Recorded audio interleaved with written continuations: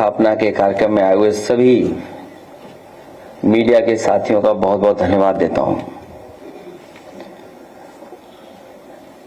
ये आज संविधान मान स्तंभ जो समाजवादी पार्टी में स्थापित किया गया है, हमारी समाजवादी पार्टी के जितने भी कार्यालय होंगे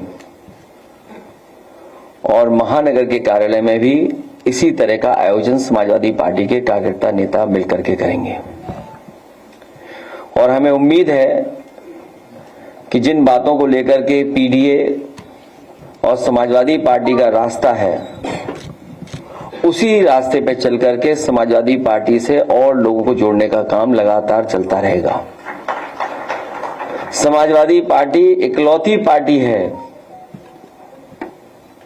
जो हमारे संविधान में सिद्धांत के रूप में समाजवाद शब्द है, वो केवल इकलौती समाजवादी पार्टी में वो नाम आता है।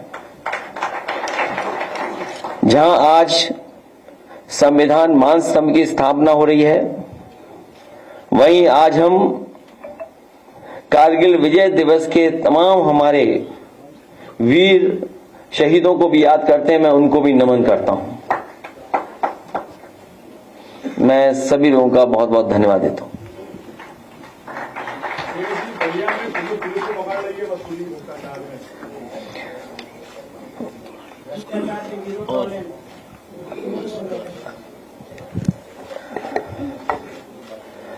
आपको याद होगा, जब कभी हम लोग विपक्ष में रह करके और खासकर विधानसभा में सवाल उठाते थे, तो प्रदेश की सरकार ये दावा करती थी और न जाने कहां से आंकड़े लेकर के आते थे और ये कहते थे कि उनके जीरो टॉलरेंस की पॉलिसी है, खास करके करप्शन को लेकर के जीरो टॉलरेंस की बात करना, लॉ एंड ऑर्डर के सवाल पर सरकार ने तमाम बार दावा किया है, न केवल खुद कहा बल्कि संस्थाएं लगाई अपने नैरेटिव को, परसेप्शन को बदलने के लिए। और जीरो टॉलरेंस की पॉलिसी पे सरकार लगातार दावा करती रही है। और जिस तरीके से लगातार हम लोग सुन रहे हैं, सरकार के विधायक क्या कह रहे हैं, उनके ही अपने नेता ये कह रहे हैं कि उन्होंने जीवन काल में, उन्होंने अपने पूरे राजनीतिक जीवन काल में ऐसा भ्रष्टाचार नहीं देखा होगा जो इस सरकार में चल रहा है। और एक बार इसी प्रेस कॉन्फ्रेंस में जब हम और आप लोग बैठे थे, तो जो प्रेस में छपा था उसी का जिक्र करके मैंने कहा था कि मुख्यमंत्री खुद स्वीकार कर रहे हैं कि कई विभागों में बड़े पैमाने पर दलाली चल रही है। और ये जब बात कही गई थी तो आप जानते होंगे पलट करके क्या बात रखी गई थी। और आज जो हमारे साथी ये सवाल उठा रहे हैं बलिया का लेकर के, आपको जानकारी होगी कि समाजवादी पार्टी के विधायक संग्राम सिंह, उन्होंने विधानसभा में इस बात को रखा था। तो ये एक जगह के भ्रष्टाचार का तो खुलासा हुआ है। उत्तर प्रदेश के न जाने किस किस कोने में कितने बड़े पैमाने पर भ्रष्टाचार चल रहा है। और जो लोग ये होर्डिंग भी पढ़ेंगे या जो हेडलाइन अखबारों में छपी है, बड़ी मुश्किल से ऐसी हेडलाइन अखबारों में मिलती है, पुलिस ही डाकू, बड़ी मुश्किल से अखबारों की हेडलाइन ये मिलती है, पुलिस ही डाकू हर दिन 15 लाख वसूल रही है। सोचिए आप, अगर अखबार ये मजबूरी में लिख रहा है कि वो परेशान होकर के लिखता है, और मुझे ऐसा लग रहा है कि हमारे अखबार के लोग भी अब अपनी जिम्मेदारी निभाने लगे हैं और बहुत जल्दी खुल करके जिम्मेदारी निभाएंगे। हम इसके लिए भी अपने लोगों को, आज जब संविधान मान स्तंभ की स्थापना कर रहे हैं, तो अपने पत्रकार साथियों को इस बात के लिए भी बधाई देते हैं। तो ये एक सड़क, एक जिले का भ्रष्टाचार जो दिखाई दे रहा है, पुलिस को पकड़ रही है। प्रधान सांसद जी के क्षेत्र में पता करिए क्या रहा।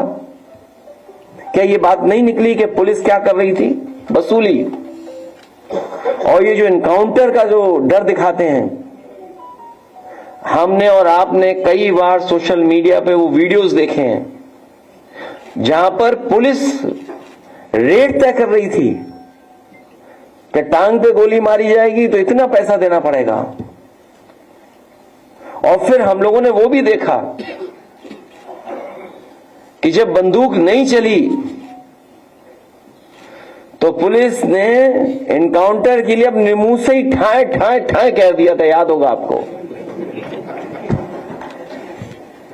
क्या आपने, हमने नहीं देखा, सुना?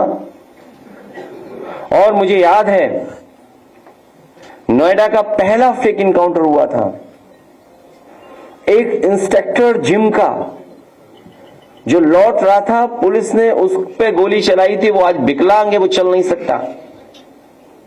अगर सरकार उसी समय न्याय दे देती जब हम लोगों ने सवाल उठाया था, तो आज ये उत्तर प्रदेश की स्थिति नहीं बनती।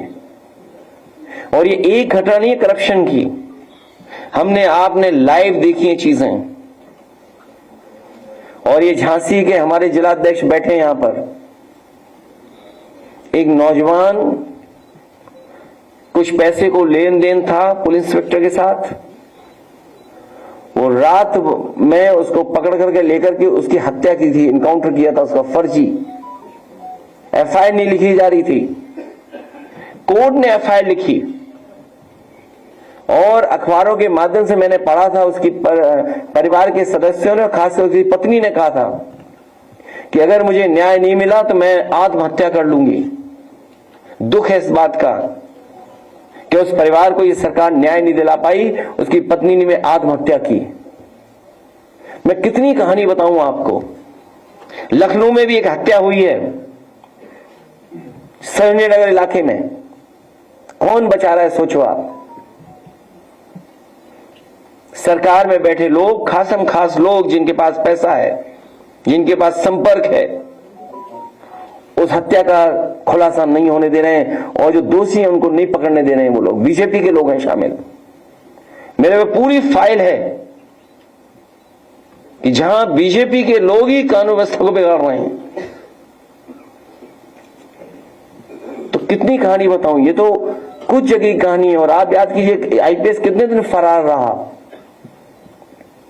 कानपुर में जो दंगा हुआ था, मैं आपके सामने कह रहा हूं, कभी न कभी जांच होगी, उसकी दोबारा जांच होगी।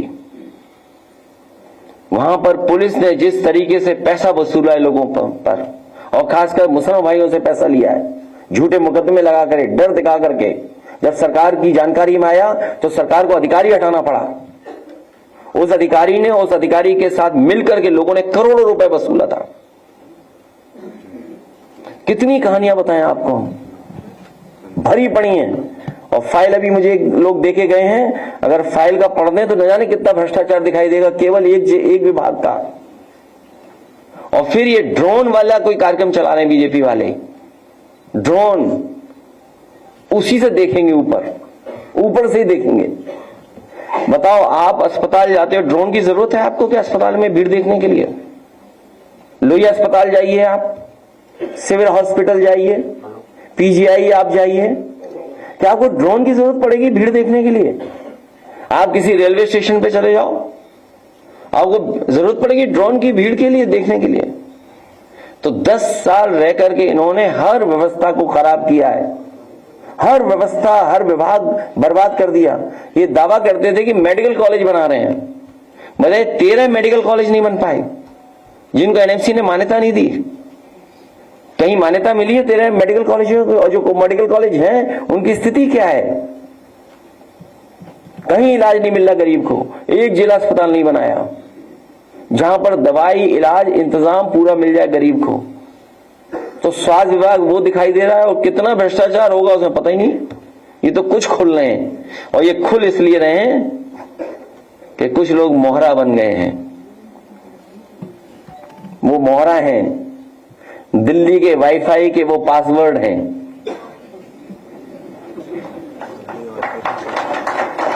ये नई तरह की टेक्नोलॉजी है, तो टेक्नोलॉजी के हिसाब से बोलना पड़ रहा है।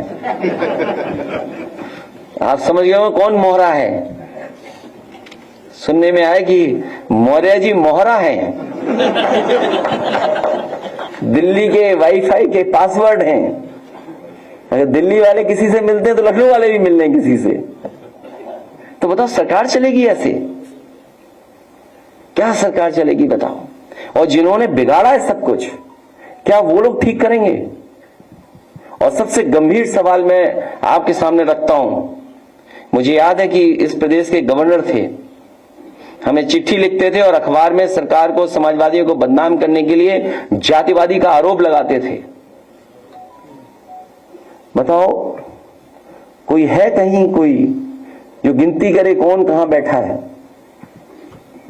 बताओ मुख्यमंत्री जी कौन है, मुख्य सचिव कौन है, प्रमुख सचिव कौन है गृह, और विभाग में कौन कौन कहां बैठा है? सोचिए आप भी तो थे, कभी कभी उठाते थे सवाल जातिवाद का। तो आप विचार करिए, गंभीर सवाल है। तो यूपी ऐसे नहीं चलेगा। यूपी की जनता को इन्होंने धोखा दिया है। यूपी की जनता का इन्होंने सब कुछ बर्बाद कर दिया। बजट की बात तो लोकसभा में होगी कि यूपी को क्या मिला। हालांकि प्रेस के सामने मैंने कहा कि अगर पूर्वांचल एक्सप्रेसवे में केवल 25 किलोमीटर ये सरकार बना देती तो दिल्ली से भागलपुर तक आप एक्सप्रेसवे पे चले जाते। जिस गांव में जितना बना करके छोड़ दिया हम लोगों ने, उस गांव से आगे 1 इंच जमीन नहीं सरकार ने ली। अगर कोई गाजीपुर का हो तो वो जानता होगा, पखनपुरा तक छूट गई थी सड़क, उसके आगे नहीं सड़क जा पाई। तो अगर वो सड़क बन जाती जो पैकेज दे रहे हैं बिहार को, और बिहार की बाढ़ कैसे रुकेगी बिना यूपी की बाढ़ को? 30-40 जिला तो हमारे बाढ़ में प्रभावित हैं।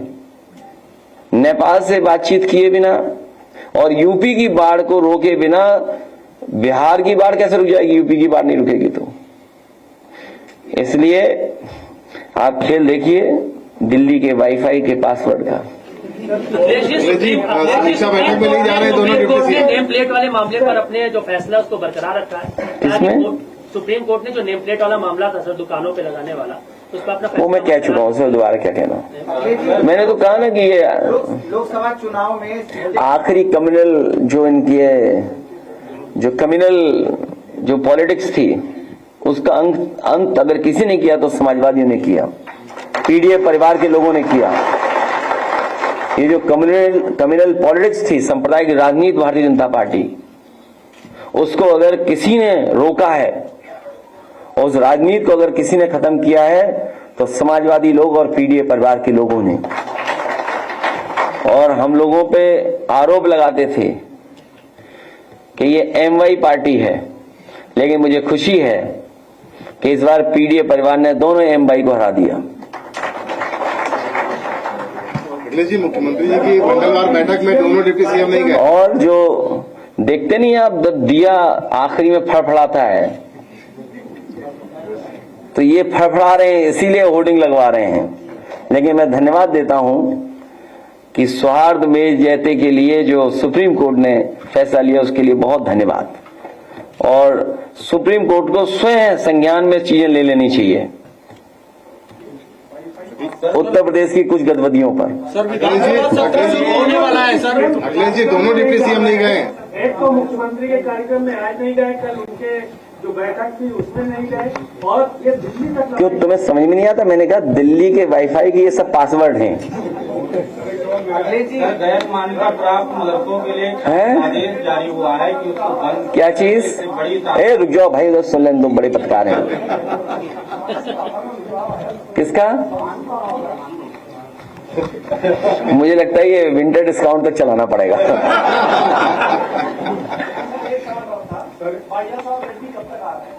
कहाँ? छोड़िए इन बातों, क्या रखा है। देखिए समाजवादियों का सिद्धांत हमेशा रहा है कि जहां अन्याय होगा उसके साथ खड़े होंगे।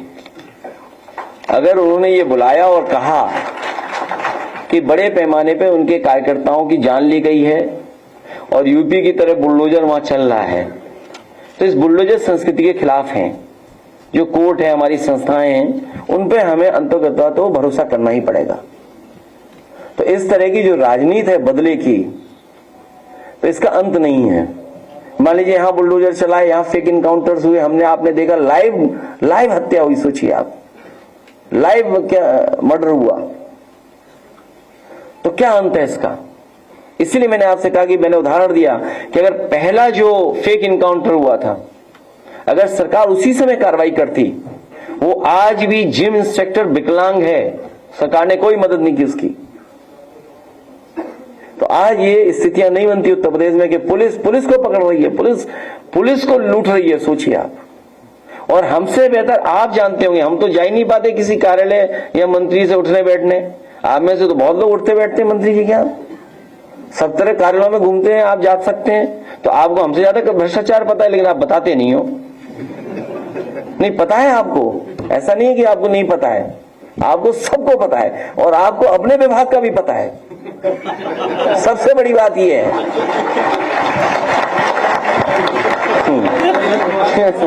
अगर ये बात गलत हो तो बताओ मुझे। नहीं, आप ही लोग कोई बता रहा था ना, इसलिए मैं बता। एक सवाल है, क्या हो गया संतोष जी? किसको? अग्निवीर योजना को लेकर के कहा कि हमको सेना को नौजवान बना रहे, संपन्न कर रहे हैं, लेकिन जो लोगों ने घोटाला किया वही इस पर सवाल करेगा। नहीं, अग्निवीर व्यवस्था को समाजवादी पार्टी कभी स्वीकार नहीं कर सकती है।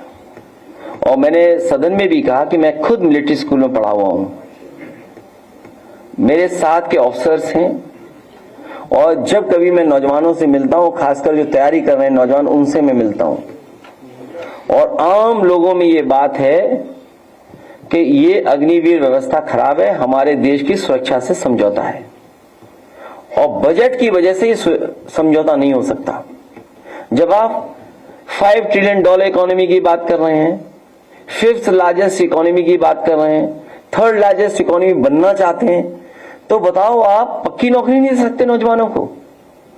तो ये आंकड़े किस बात के हैं? झूठे आंकड़े हैं। इसका मतलब अगर 5th लार्जेस्ट इकोनॉमी आप बन रहे हैं दुनिया के, और तीसरे बन जाएंगे आप, तो आप फौज को पक्की नौकरी नहीं दे सकते फौज के अंदर।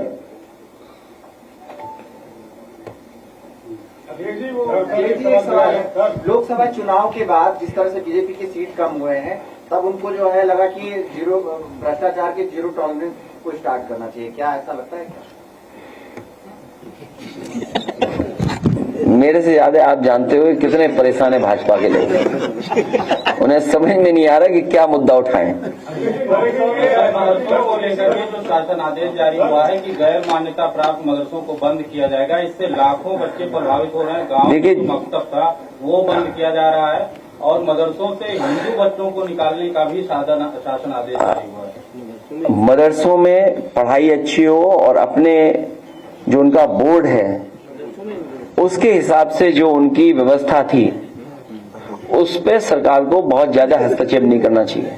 और सरकार इसलिए हस्तक्षेप कर रही है मदरसों पे क्योंकि उन्हें बोर्ड का और परसेप्शन बनाना है।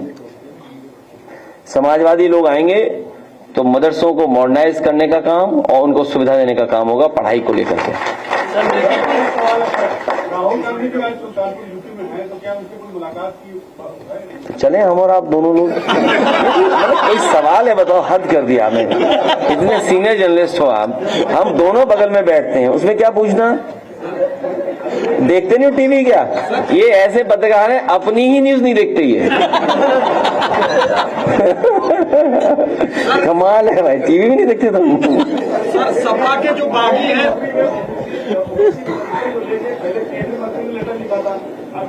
देखिए ये जो नए, इसीलिए जरूरी था ये संविधान मान स्तंभ, क्योंकि ये हमें, जो हमारे पिछड़े लोग हैं जिनको अधिकार नहीं मिल रहा है, या जो गैर बराबरी की लड़ाई है, जो संपन्न बनाने का आंदोलन रहा, तो ये गैर बराबरी बढ़ रही है और संपन्न लोग नहीं हो पा रहे हैं, तो उस लड़ाई को और मजबूत बनाना है हम लोगों को।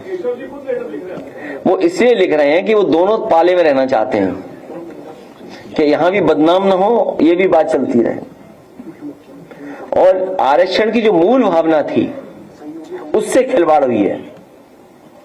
मूल भावना से अब कंपटीशन खत्म कर दिया इस बीजेपी ने कंपटीशन खत्म कर दिया, सबको अपनी जगह बांध दिया। इसीलिए जाति जनगणना हो और आबादी के हिसाब से नौकरी मिले, उसके लिए समाजवादी लोग काम करते रहेंगे और लड़ते रहेंगे। ये कोई छोटी लड़ाई नहीं है, बहुत लंबी लड़ाई है।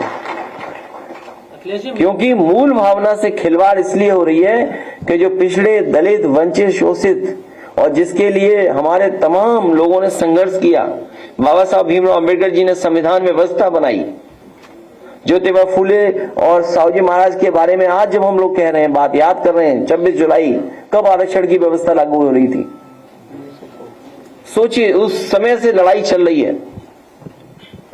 तो ये जो हमारी मूल भावना से खिलवाड़ करने का काम बीजेपी के लोग कर रहे हैं। कभी भी बीजेपी पिछड़े, दलित, पीड़ित परिवार को हक सम्मान नहीं दे सकती। अखिलेश जी, मिल्कीपुर जीतने के लिए बीजेपी फोकस है, 4 मंत्रियों को लगाया गया, जिम्मेदारी दी गई है। जनता मिल्कीपुर से बहुत अच्छी तरह हराएगी। जो बागी विधायक थे, जो कार्रवाई की जा रही है, हम तो चाहते हैं कि जो बॉडी है, जो हमारी संस्था है, न्याय देगी हमें, विधानसभा से हमें न्याय मिलेगा। जो हमारी विधानसभा है वो न्याय देगी कि ऐसे लोग जिन्होंने समाजवादियों को धोखा दिया उनकी संस्था खत्म करे, उसके लिए बाकायदा लिख करके देंगे। अब ये नहीं बताया जाएगा कानून ये नहीं, कानून ये नहीं। आपने सबने देखा बीजेपी की मदद की उन्होंने नहीं की? बताओ आप लोग, बताइए, कैमरे पे हैं सब हमारे खिलाफ बोलते थे, हैं? नहीं, वो सब खिलाफ है, बीजेपी में चलेंगे वो सब, हैं? किसको? तो ये लोकतंत्र में बेईमानी है, ये तो कह रहे हैं संविधान की धज्जियां उड़ा रहे हैं लोग। मतलब बेईमानों को बनाएंगे उपाध्यक्ष, बताइए आप। सर, मीरापुर सीट को लेकर के आरएलडी कह रही हूँ, कभी समाजवादी पार्टी की सीट थी ही नहीं, और अब मीरापुर की सीट जो है आरएलडी जीत के जाएगी, इस पे आप क्या कहना चाहेंगे? ये कौन दल क्या कह रहा है? छोड़िए इन बातों, कुछ नहीं है। 1902 में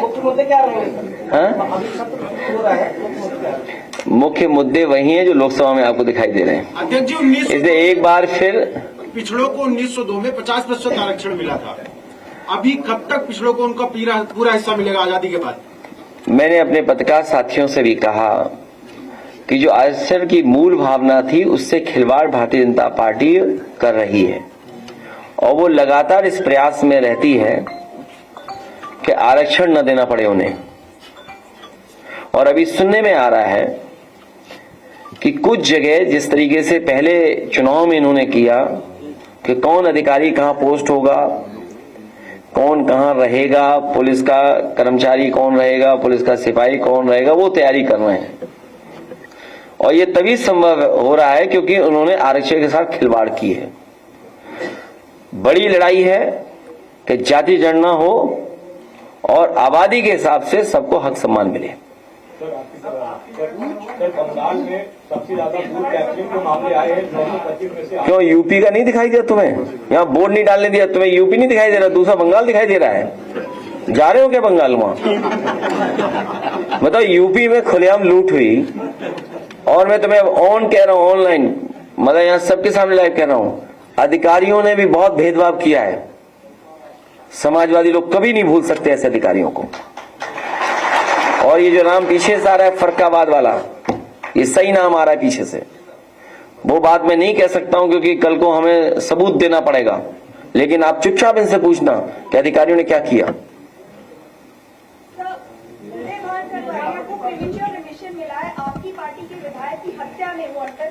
इसके लिए कानूनी लड़ाई लड़नी चाहिए, और इसीलिए हम कहते आए हैं, और बहुत से लोग जानते हैं कि संविधान और कानून की धज्जियां बीजेपी उड़ाती है।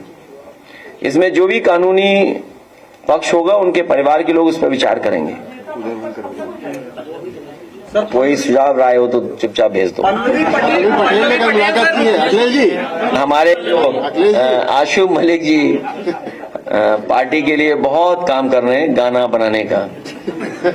तो एक हमारे बहुत ही, जिन्होंने हमेशा पार्टी के लिए गाना गाया, मैं कहूंगा आप लोग एक बार वो सुनिए गीत उनके पार्टी का। पल्लवी पटेल जी मुख्यमंत्री से मिल रही हैं लगातार। अच्छा, मुख्यमंत्री से आप मिलाओ, हम मिलाएं, कौन मिलाए? सब जाए मिलने जाओ, क्या मिलेगा वहां? मिलेगा क्या, ये बताओ? कोई सदस्य बना देंगे वो? हैं? बस ये सदस्यता बचा लो हमारी। चलो उन्हें छोड़ दिया, नहीं माने, पीडीए की परिवार की है तो सदस्यता ना ली जाए उनकी। ये काम मुख्यमंत्री नहीं कर सकते, हम ही कर सकते हैं। ये काम मुख्यमंत्री नहीं कर सकते। पीडीए परिवार की आधी आबादी है तो आधी आबादी के खिलाफ हम लोग कार्रवाई नहीं करेंगे।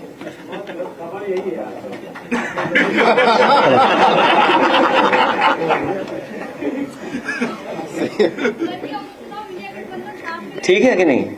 देखो हमारे पत्रकार साथी भी कह रहे ठीक है।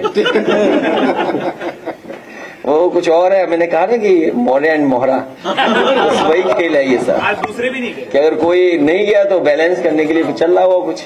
अब हमें तो पता नहीं, कुछ झगड़ा चल रहा होगा अंदर। नहीं, मुझे नहीं पता, वाकई में दूसरे भी नहीं गए मीटिंग हैं? आज दूसरे वाले भी डिप्टी नहीं गए मीटिंग। देखिए, दुख इस बात का है कि यूपी कितना प्रोग्रेसिव स्टेट बन जाता। दोनों दिल्ली लखनऊ एक करके काम करते तो सोचो कहाँ यूपी पहुंच जाता। बताइए, 15 कितना पैकेज मिला है आंध्र प्रदेश को? 15,000 करोड़ का। और आपके बुंदेलखंड का जाने 15 करोड़ से ज्यादा खराब कर दिया पैसा सरकार ने। सोचिए स्टेट कितना बड़ा है। 20-25 हजार करोड़ की तो सड़क ऐसी बना देता है स्टेट अपने बजट से। मुख्यमंत्री अपनी सड़क नहीं बना पाए, बताइए आप। ये जो गोरखपुर लिंक है, कभी आप पूछिए ना पत्रकार साथी, क्यों नहीं जाते आप पूछने कि गोरखपुर लिंक कब बनना था? 2021 में। आज क्या है और कितने किलोमीटर का है? 90 किलोमीटर का है। कितने हजार करोड़ का बन रहा है? लगभग 6,000 करोड़ का। यही तैयारी है जो बताइए अभी कि 90 किलोमीटर सड़क 6,000 करोड़ में। कोई गणित का स्टूडेंट हो तो बताना कितने पर किलोमीटर की पड़ी सड़क बताओ। अगर मान लीजिए 90 किलोमीटर की सड़क 6,000 करोड़ में बन रही है तो पर किलोमीटर कितना हुआ है? नहीं 6.5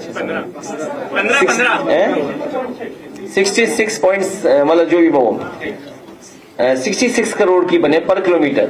तो बताओ ये गोरख धंधा है कि नहीं है? यही बताना है जनता को। और क्या? महंगाई देखिए कहां पहुंच गई महंगाई। बेरोजगारी देखो, हर आदमी बेरोजगार है।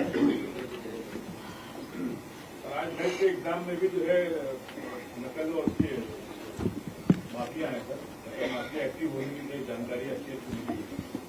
अब वो एसटीएफ जाने और पुलिस जाने। पांडे के घर आपका प्रतिनिधिमंडल जाएगा क्या?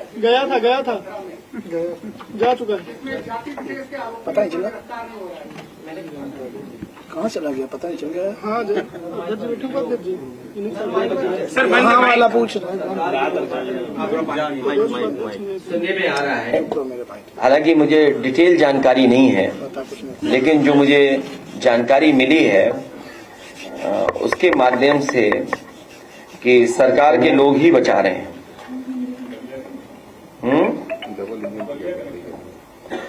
नहीं, बलिया नहीं है, लखनऊ सरोजनी नगर कनेक्शन है। नहीं वो पता है आपको भी।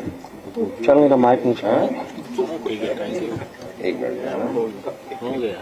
आदित्य भाई में किसी भी अपराधी को कोई भी कार्रवाई नहीं था, ठीक बात है। यही कनेक्शन यही कहीं होगा लखनऊ में, दूर नहीं है कनेक्शन। चलाइए इसको, चलाइए। कभी नहीं चलेगा, वो चाबी खो गई होगी उसकी। हेलो जब बीजेपी के लोग अन्याय करते हैं तो चाबी खो जाती है। सर, फूल मंडी पर कल जिस तरीके से बुलडोजर चला उस पर क्या कहेंगे आप? हालांकि मैंने खबर ये पढ़ी थी कि लीज पे दी गई थी दुकानें। उप मुख्यमंत्री अगर लीज पे दी गई तो ये आपसी उनका अपना है, और एक ने प्रशासन पे दबाव बना लिया होगा, प्रशासन के साथ खड़ा हो गया तो मंडी चली गई। जो अब्बानगर पे जो बुलडोजर पूरा चला है उसके बाद वहाँ पे उन्होंने दूसरी तरफ मना कर दिया, ट्वीट भी डिलीट हो गया। देखिए पॉलिटिकल है सब, उसमें पॉलिटिकल है। और अभी सुनने में ये आ रहा है कि जो जिस स्थान से कुकरेल नदी निकली है, कहाँ से निकली? हाँ, अस्थी गांव से, तो वहां तक बुलडोजर चलने जा रहा है। बताइए आप, जो रिवरफ्रंट बना खड़ा है उसको नहीं ठीक कर रहे, एक नाले को रिवरफ्रंट बना रहे हैं। आप खुद मतलब पढ़े लिखे आदमी, आप ये पूछिए उनसे क्या ये नाले वो क्यों बना रहे रिवरफ्रंट, और उसमें जो गंदा पानी आ रहा वो कैसे रोकोगे आप? सर वो मिटा दिया ना, नाला हटा के नदी लिख दिया है। कहाँ पे? तो योगी जी का ये पुराना योजना है, तो तुम्हारे चैनल का नाम क्या है? मिटा के हम एनडीटीवी लिख देते हैं। ये कोई बात है? तो एनडीटीवी हो जाओगे क्या तुम? और आप सोचिए उनको, नहीं वही मैं कह रहा हूं कि ये सरकार जो रिवर फ्रंट बना है, और मैं आज भी कहता हूं, कई बार कहा सदन में कहा, यहां कहता हूं, इंडिया का one of the best river front है ये गोमती रिवर फ्रंट। और इसकी डिजाइन से लेकर के सब कुछ अच्छा है। मैं एक बार खुद देखने गया हूं कई वर्षों बाद, जो वहां फाउंटेन्स लगे उसकी नोजल में आज भी जंग नहीं लगी है, और कई करोड़ रुपए के फाउंटेन्स आज भी वो जो कंटेनर में बंद पड़े हुए हैं, और one of the best green plantation हुई है। वहां तय किया गया किस सीजन में कौन सा फ्लावरिंग होगा, उस हिसाब से उसमें प्लांटेशन हुई। और यही अगर गंगा एक्शन प्लान 1 पढ़ोगे आप लोग, उसमें यही था कि नदी साफ तब होंगी जब नदियों में कोई भी गंदा पानी नहीं आएगा। गंगा एक्शन प्लान 1 जो प्रोजेक्ट चला था राजीव गांधी जी के जमाने से, तो वही और उसी से मिलता जुलता हम लोगों ने डिजाइन कर करके किया कि कोई भी गंदा पानी इसके अंदर नहीं आएगा, चैनलाइज की रिवर। तो ये एक एग्जाम्पल था कि हम अपने शहरों के अंदर नदियां कैसे साफ पानी से बहें। लेकिन उन्हें क्यों पसंद आएगी ये सब चीजें? जब हम इत्र की बात कर रहे थे तब वो गोबर की बात कर रहे थे, तो उससे उम्मीद क्या करोगे आप? तो इसीलिए नाले को वो रिवर फ्रंट बना रहे हैं। सबसे पहला काम अगर होना था तो गरीबों को घर नहीं उजाड़ना चाहिए था। हालांकि गरीब जानता ही नहीं, उसे साइन करवा लिया, वो सहमति हो गई। गरीब को पता नहीं था, उसे साइन करवा लिया सब सरकार के लोगों ने, और आम सहमति से सब खाली करवा लिया होता है अखबार नगर। और अभी भी उसमें नाला मतलब गंदा पानी कैसे रोका जाए कोई व्यवस्था ही नहीं है। आप खुद पूछिए, अधिकारियों ने खुद ही आंख में धूल झोंक दी। जब खुद गए मुख्यमंत्री जी तो सुनने में आ रहा है कि किसी नहर का पानी लाके मिला दिया उन्होंने, तो साफ हो गई वो है। और हाँ, मुझे करेक्ट करना, मुझे एक नेक्स्ट स्टेप की बात मुझे करेक्ट करना आप लोग। मैंने अखबार में पढ़ा कि 1 किलोमीटर में 1.5 लाख पेड़ लगाए हैं।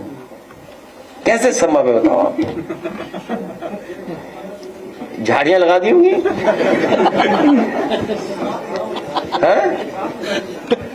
नहीं, आप खुद सोचिए ना।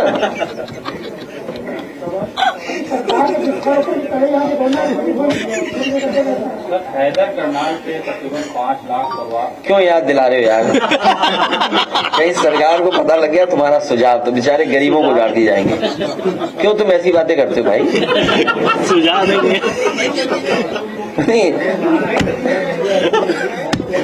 नहीं, हैदर कैनाल पे क्यों सरकार को बता रहे हो रिवर फ्रंट बना दो? कितने गरीब चले जाएंगे उसमें। नहीं, ऐसा मत करो। तो क्यों ऐसा तुम याद दिला रहे हो? क्यों तुम दुश्मन हो गया जनता के, गरीब के? क्यों याद दिला रहे हो तुम? अच्छा, कहीं हैदर कैनाल में कुछ नहीं हो रहा, ये बेवजह में याद दिला रहे हो? वहां भी शुरू कर, कहीं प्रोजेक्ट बन रहा है? क्या चीज? अरे अधिकारी लोग नोटिस ले देते पैसा वसूल लें, वो ये मेरी जानकारी में नहीं, मेरी जानकारी में नहीं। हैदर कैनाल तो बहुत लोग गरीब चले जाएंगे हैदर कैनाल में, नहीं बहुत गरीब लोग होंगे।